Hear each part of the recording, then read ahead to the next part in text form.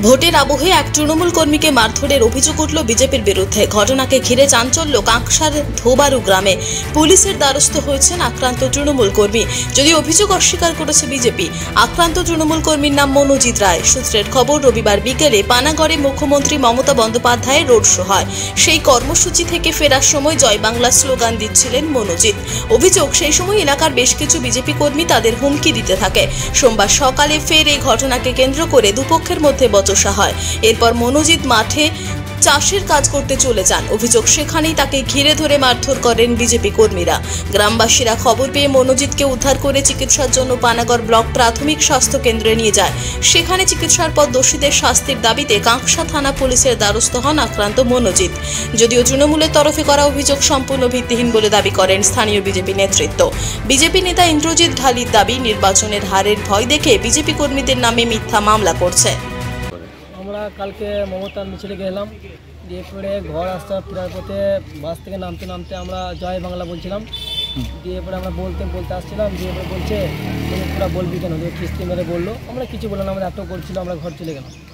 তারপরে আজ সকাল ধান কাটতে গেছি মাঠে। এরপরে আমাকে বলছে যে বিজেপি যেখানে পার্টি অফিস আছে সেখানে ক্ষমা চেয়ে যা, কেন জয় বাংলা বলবি। কারা বলছে? এটা কারা বলছে? বিজেপিরা বলছে। দিয়ে পরে আমি বললাম যে দম যদি থাকে তাহলে মাঠকে আসো। তারপরে মাঠে এসে পরে মারধর করলো। কতজন ছিল? ওরা 4-5 জন মিলে ছিল, তার মধ্যে 2 জন মারছিল। কি দিয়ে মেরেছে? এক কুকুর ছিল, তারপর ওর ছিল। আচ্ছা, তাও আমি আটক করে নিয়েছিলাম, মামা ছিল ওই বাঁচালো আমাকে। কালকে দুটো বাস ধোবারু থেকে এসেছিল মমতা ব্যানার্জি প্রোগ্রাম দেখার জন্য। বাড়ি ফেরার সময় বিজেপি 8-10 জন মিলে ওরা মিটিং করছিল মনসা মন্দিরে। তখন এরা স্লোগান দিতে বাড়ি যায়। তখন দুটো বিজেপি ছেলে এসে ধরেছে, তোরা কেন স্লোগান দিচ্ছিস? ওরা গোলমাল করিস না, বাড়ি চলে যা, কেন ওরা মিটিং করছে, আবার অশান্তি হবে। এতে অবসরে আমি সকালে পানাগড় বাজার চলে আসি।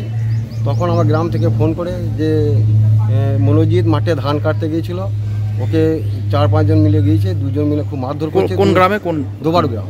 জিজ্ঞেস করি যে কে মেরেছে, না সাধারণত, তারপর আমাকে মারধর করেছে। এরা কি করে? ওরা বিজেপি করে। কালকে স্লোগান দিয়ে মিছিল এসেছিল, মমতা ব্যানার্জি মিছিলে বাড়িতে বাস থেকে নামছিল, স্লোগান দিয়ে নামছিল, সেইটি ওদের রাগ।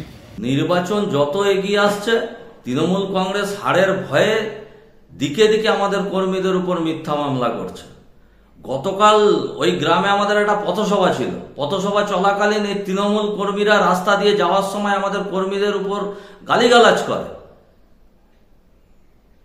তারই প্রতিবাদ সেই সময় ওখান থেকে দাঁড়িয়ে করেছিল তারা। আজকে থানায় গিয়ে তারা আমাদের কর্মীদের নামে মিথ্যা অভিযোগ করছে। এটা চলতেই থাকবে। তার কারণ হচ্ছে তৃণমূল বুঝে গেছে আমাদের পায়ের তলায় জমি শক্ত নেই, মানুষের জনসমর্থন আমাদের কাছ থেকে সরে গেছে। সেই হারের ভয়ে এখন বিজেপি কর্মীদের উপর মিথ্যা মামলা দিয়ে ময়দান ফাঁকা করতে চাইছে। কাঁকসা থেকে নিজস্ব প্রতিনিধির রিপোর্ট, টিভি নিউজ 10। অত্যাধুনিক ডিজাইনের রুচিসম্মত গৃহসজ্জার উপকরণ মানে দুর্গাপুরের কল্পনা স্টিল এন্ড মার্বেলস ও কল্পনা ফার্নিচার। ঘর সাজানোর, চোখ ধাঁধানোর রকমারি আইটেমের মধ্যে আপনি বেছে নিন শুধু সেরার সেরাটি। এখানে আপনি পাবেন বিশ্বমানের সমস্ত ধরনের টাইলস ও furniture, RAK ceramics, Berger paints, Hindware, Nitco, Somany সহ বিভিন্ন বহুজাতিক সংস্থার তৈরি এক্সক্লুসিভ কালেকশন। পাশাপাশি আপনার জন্য কল্পনা ফার্নিচার নিয়ে এসেছে পুচিনা, কার্লন, ইউরেকা ফোকস সহ বিভিন্ন বহুজাতিক সংস্থার আধুনিক মানের আসবাব সামগ্রী। কল্পনা স্টিল এন্ড মার্বেলস ও কল্পনা ফার্নিচারের এক্সক্লুসিভ শোরুম। আমাদের ঠিকানা মুচিপাড়া মার্কেট, দুর্গাপুর 12। আমাদের শাখা রয়েছে বাঁকুড়া, ফিরিঙ্গি, বড়জোড়া, চণ্ডীদাস বাজার, শ্যামপুর মোড়, বিটু বাজার, কাঁচাবেড়িয়া ও দুর্লাভপুরে।